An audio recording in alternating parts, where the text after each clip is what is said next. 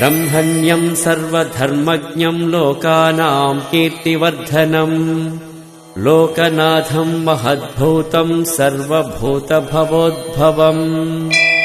येष मे सर्वधर्माणां धर्मोऽधिकतमो मतः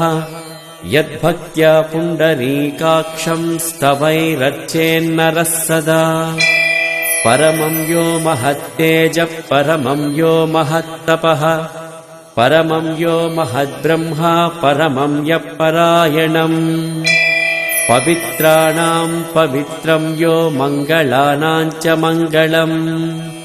दैवतं देवतानां च भूतानां यो व्ययः यतः सर्वाणि भूतानि भवन्त्यादियुगागमे यस्मिंश्च प्रलयं यान्ति पुनरेव युगक्षये तस्य लोकप्रधानस्य जगन्नाथस्य भूपते विष्णोर्नाम सहस्रं मे शृणु पापभयापहम् यानि नामानि गौणानि विख्यातानि महात्मनः ऋषिभिः परिगीतानि तानि वक्ष्यामि भूतये ऋषिर्नाम्नां सहस्रस्य वेदव्यासो महामुनिः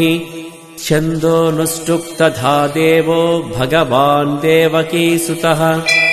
अमृतांशोद्भवो बीजं शक्तिर्देवकीनन्दनः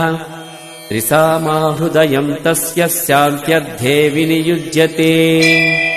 विष्णुं जिष्णुं महाविष्णुं प्रभविष्णुं महेश्वरम्